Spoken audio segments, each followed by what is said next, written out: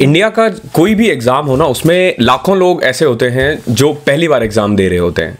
उसमें से आपने देखा होगा 500 या 1000 बच्चे ही हैं जो पहले अटेम्प्ट में क्रैक कर पाते हैं, बाकी लोगों को 2 या 3 अटेम्प्ट लग जाते हैं।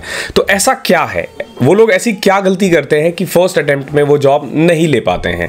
तो आज इस वीडियो में हम उन्हीं चीज़ों पे बात करेंगे, और जो फर्स्ट टाइम एग्जाम देने वाले हैं एसएससी 2024 में या बैंकिंग भी देने वाले हैं, वो इन गलतियों को अवॉइड कर सकते हैं। क्योंकि ये जो गलतियां हैं ना, ये हर ही एग्जाम में कॉमन रहता है। आप चाहे एसएससी के स्टूडेंट हो, चाहे बैंकर के हो, चाहे स्टेट गवर्नमेंट का कोई एग्जाम दे रहे हो, चाहे रेलवे का एग्जाम दो, हर एग्जाम में ये गलती जो है ना वो कॉमन चीज होती है।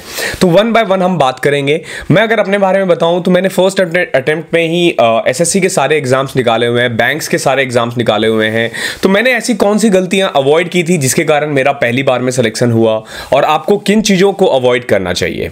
और उसके अलावा जो बच्चे आज मुझे फर्स्ट टाइम देख रहे हैं, मैं आपको बता दूं हमारे चैनल पे मैथ्स और रीजनिंग का फ्री में बैच नेक्स्ट मंथ से स्टार्ट होने वाला है। तो अगर आप बिल्कुल नए हो तो जुड़ जाना चैनल से, और हमारे टेलीग्राम चैनल मैथ्स बाय अभिनव राजपूत, उससे भी कनेक्ट हो जाना। उसमें आपको जितनी भी क्लासेस होती हैं उनकी फ्री रिसोर्सेस और जितने भी एग्जाम्स होते हैं उनके बारे में इंफॉर्मेशन भी आपको मिलती रहती है। तो चलते हैं, स्टार्ट करते हैं। सबसे पहली गलती जो बच्चे करते हैं ना, वो होता है अनलिमिटेड रिसोर्सेज। देखो आजकल क्या होता है ना, अगर आप पेड कोर्स के बारे में बात करो तो 1000 रुपये 1500 रुपये में पेड कोर्स मिल जाता है। बुक्स भी आपको 300-400 में मिल जाता है, जो 90% बच्चों के लिए, 80% बच्चों के लिए बहुत ज़्यादा अमाउंट नहीं होता है। तो वो लोग खर्च कर देते हैं, और उनके पास होता क्या है ना, अगर आप मैथ्स के लिए देखोगे तो उनके पास किरण पब्लिकेशन भी है, उनके पास पिनैकल भी है, उनके पास और भी बुक्स है, 3-4 कंपनीज की बुक्स है, इंग्लिश के लिए भी सेम है, जीके के लिए भी सेम है। तो सबसे बड़ी गलती तो यही करते हैं कि रिसोर्सेज को ना लिमिट नहीं कर पाते हैं। अगर आपने लिमिटेड रिसोर्सेज से पढ़ाई नहीं की तो मैं आपको बार बार कहता हूं बहुत दिक्कत हो जाएगी। इससे होगा क्या ना, आप किसी भी एक किताब को खत्म नहीं कर पाओगे, और किताब को अगर आप खत्म नहीं कर पाओगे ना तो आपका सिलेक्शन नहीं हो पाएगा। वो बहुत दिक्कत हो जाएगी उसमें, क्योंकि एक चीज को अगर आप अच्छे से कर लेते हो ना, उसको अच्छे से ग्रैब कर पाओगे और एग्जाम में ना उसको पुट कर पाओगे। अगर आप 3-4 चीजें पढ़ते हो, एक ही चीजें बार बार अलग अलग जगह से, तो हर जगह का ना कंसेप्ट अलग होता है। हालांकि एंड रिजल्ट सबका सेम होता है, लेकिन जाने के तरीके अलग अलग होते हैं, और वो आपको कंफ्यूज कर सकता है। जो दूसरा सबसे बड़ा कारण होता है वो होते हैं फॉलोइंग मल्टीपल टीचर्स। एक सब्जेक्ट के ना आप एक से ज्यादा टीचर्स मत फॉलो करो। मार्केट में बहुत सारे टीचर्स है। फॉर एग्जाम्पल मैं मैथ्स के बारे में बता रहा हूं तो अप्रॉक्स 10-12 चैप्टर्स, 10-12 टीचर्स हैं। आप देखोगे कि सबके तरीके अलग अलग है। आपको आइडेंटिफाई करना है, आप YouTube पे देखो उनको कि किनसे आप पढ़ पा रहे हो, किनका लैंग्वेज आपको समझ में आ रहा है, आप उन्हें फॉलो करो। एक ही सब्जेक्ट के लिए बार बार अलग अलग चीजें मत पढ़ो। और एक और चीज जो मैं इसमें ऐड नहीं किया है बट मैं आपको बताना चाहूंगा, आप ना ट्रिक्स के पीछे मत पड़ना। मैथ्स अगर आप कर रहे हो तो मैथ्स के लिए ना कभी भी ट्रिक्स पे डिपेंड मत रहना। अगर आप ट्रिक्स पे डिपेंड हो, आपको कंसेप्ट्स नहीं आते, कैलकुलेशन नहीं आते, तो आई कैन गारंटी नहीं हो पाएगा। बाकी सारे सब्जेक्ट्स के लिए ना सेल्फ स्टडी पॉसिबल है, लेकिन मैथ्स के लिए आपको कोई ना कोई टीचर चाहिए होगा। तो ये गलती भी बिल्कुल अवॉइड कर देना। सेल्फ स्टडी नहीं हो पाता है, यूट्यूब वगैरह की हेल्प ले सकते हो। यूट्यूब से पढ़ते हो तो वो सेल्फ स्टडी नहीं होता, ध्यान रखना, वहां आपका कोई ना कोई टीचर होता है।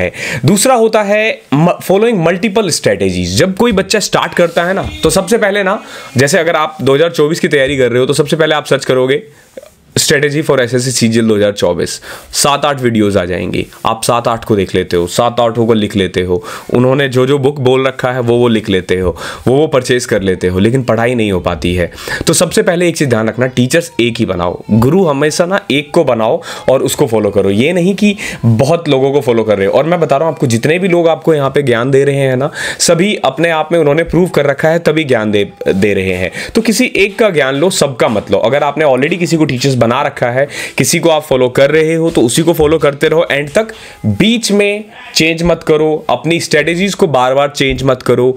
एक ही बंदे को एंड तक फॉलो करो। स्ट्रेटेजीज कभी भी बार बार मत देखा करो। एक बार आज आपने देख लिया, फॉर एग्जांपल आज 10 महीने रह गए एग्जाम में, सीजीएल 2024 में, आपने एक स्ट्रेटेजी देख ली, थोड़े दिनों बाद एक 6 महीने की स्ट्रेटेजी आएगी। अरे भैया, जब आप 10 महीने वाला फॉलो कर रहे हो तो why you need 6 month strategy?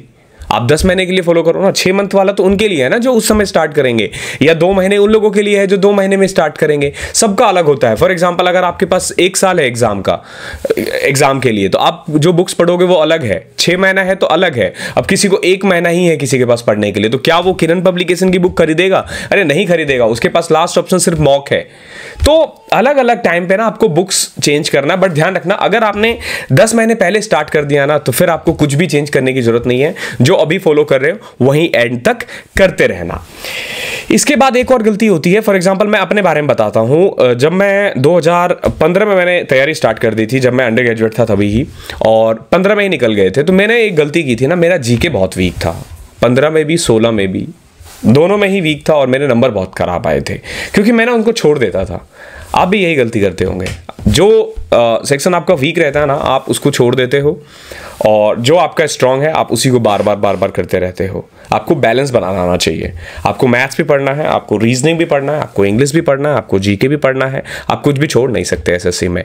तो ये नहीं कि वीकर सेक्शन को आप छोड़ देते हो और बाकी सबको, तो वीकर सेक्शन को कभी नहीं छोड़ना चाहिए, कभी भी नहीं छोड़ना चाहिए।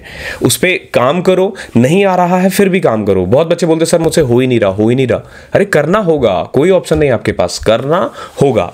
और एक बहुत बड़ा जो मिस्टेक करते हैं ना, इनमें से जितने भी मैंने आपको अभी तक बताए हैं ना, उनमें सबसे बड़ा यही है, अवॉइडिंग मॉक्स। बच्चे क्या करते हैं ना कि पहले सिलेबस खत्म करूंगा फिर मॉक दूंगा। अरे ठीक है, सिलेबस खत्म नहीं होता, 50% हो जाएगा सिलेबस फिर मॉक दूंगा। अरे 50% में तो मेरे नंबर ही नहीं आएंगे, 75% करता हूं फिर मैं मॉक दूंगा। ये गलती मत करना। अगर आपने ये गलती कर दी ना, तो मैं बता रहा हूं आपकी जॉब नहीं लगने वाली है। मॉक एक ऐसी चीज है ना जो आपको डे 1 से करना चाहिए। डे 1 नहीं तो 15 दिन 20 दिन बाद, अगर आज आप तैयारी कर रहे हो ना, आफ्टर 1 मंथ आपको मॉक पे आ जाना चाहिए। मार्क्स मत देखो उसमें कितने आ रहे हैं। मॉक जो है ना वो प्रैक्टिस के लिए है, वो प्रैक्टिस के लिए है, वो आपकी स्पीड के लिए है, वो आपकी एक्यूरेसी को चेक करने के लिए है। आप पढ़ाई करते रहो साथ में, लेकिन आपको मॉक्स देने हैं। फॉर एग्जांपल अभी 10 महीने हैं, एटलीस्ट आपको 150-200 मॉक्स देने होंगे। अब 150-200 मॉक्स आपको लग रहा है आप सिलेबस खत्म कर पाओगे, सिलेबस खत्म नहीं होता। सिलेबस समुद्र की तरह है जिसका कोई एंड नहीं है। तो मॉक्स बिल्कुल अवॉइड मत करो। बहुत लोग बोलेंगे आपको कि भैया पहले सिलेबस खत्म करो फिर मॉक दो। एक बार उनको देखना कि उन्होंने एग्जाम्स कौन से निकाले हैं और अभी वो पोस्टेड कहाँ पे है। ओके, जैसे मैं बताता हूँ आपको, एसएससी में कई बार होते, कई बच्चों से ना एक बार निकल जाता है गलती से, और वो लोग अक्सर तुम्हें देखेंगे वो साउथ वाउथ में उनकी पोस्टिंग होती है। तो मैं ये नहीं बोल रहा हूँ कि साउथ में पोस्टिंग है तो बेकार है, ठीक है, लेकिन वो दोबारा नॉर्थ के लिए वो आने की कोशिश कर रहे हैं और वो खुद एग्जाम नहीं निकाल पा रहे। क्यों? क्योंकि उन्होंने पहले मॉक की प्रैक्टिस नहीं की थी। वो लोग अभी भी मॉक्स के लिए बहुत वेट करते रहते हैं। लेकिन आपको मैं वही बता रहा हूं, मॉक को बिल्कुल अवॉइड मत करो। और कोई है जो पहली बार अटेम्प्ट नहीं दे पा रहा, दूसरी बार है जिसका अटेम्प्ट, जिसने सिलेबस 80% 90% कर रखा है, तो आपको तो मॉक अभी से ही स्टार्ट कर देना चाहिए और वीक में कम से कम 4 से 5 मॉक दो। आप पूछोगे मॉक देना कहां से है, तो बहुत सारे प्लेटफॉर्म है, और मैं यकीन से बोल देता हूं एक प्लेटफॉर्म से काम नहीं चलेगा। आपको 4-5 प्लेटफॉर्म से मॉक देने पड़ेंगे। जितनी भी कंपनीज है सभी का मॉक खरीदना पड़ेगा, सभी का मॉक देना पड़ेगा। मॉक क्योंकि बहुत सारे देने हैं और एक कंपनी इतने सारे मॉक्स तो प्रोवाइड नहीं कर पाएगा। ओके, तो इस सेशन में इतना ही था। बहुत ऑनेस्टली मैंने बताने की कोशिश की है कि क्या क्या चीजें आपके लिए जरूरी है, ताकि आप लोगों को ना दिक्कतों का सामना ना करना पड़े। और अभी स्टार्टिंग है, 10 महीने हैं, आप वो गलती ना करो जो बहुत सारे लोग करते हैं। अगर आपको फर्स्ट अटेम्प्ट में निकालना है तो इन चीजों को तो अवॉइड करना ही होगा, नहीं तो फिर आप इसको आराम से पंचवर्षीय योजना बनाओ, 5-5 6-6 साल तक आप एग्जाम ही देते रह जाओगे। बट मैं चाहता हूं आप ऐसी गलती ना करो। तो चलो फिर मिलते हैं अगले सेशन में। आई होप आपको वीडियो पसंद आई है और आपको लगा है कि आपके लाइफ में उसने थोड़ा सा भी आपके एजुकेशन में वैल्यू ऐड किया है। तो चैनल को सब्सक्राइब कर देना और दोस्तों के साथ शेयर कर देना और वीडियो को लाइक जरूर कर देना। Thank you so much.